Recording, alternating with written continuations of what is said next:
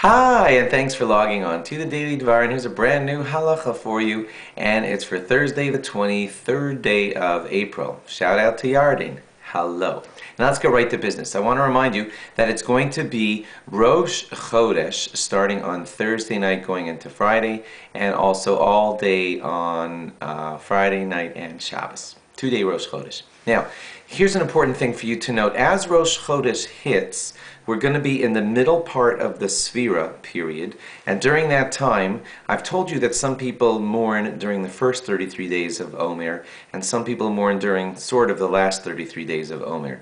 During the overlap period in the middle, which is going to start this Rosh Chodesh, then pretty much what happens is everybody is in a sad state of mourning. I'll tell you why I mention that. Because in the period that we're in now for 1 or 2 more days, during that period if someone's making a wedding, because they're not yet observing the sadness, and let's say you are observing the sad time during the first 33 days, and there's a wedding right now, so they're allowed to make the wedding because they're not observing the time of sadness.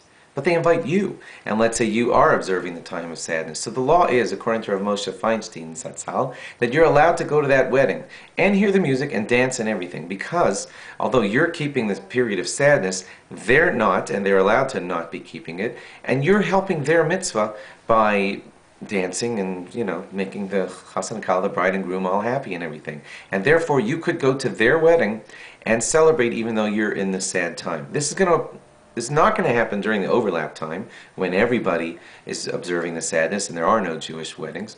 But then in after the overlap, after Lag BaOmer, that's after the 33rd day of the Omer, then some people again will be, yes, keeping the Omer and not. Again, the same law is going to apply.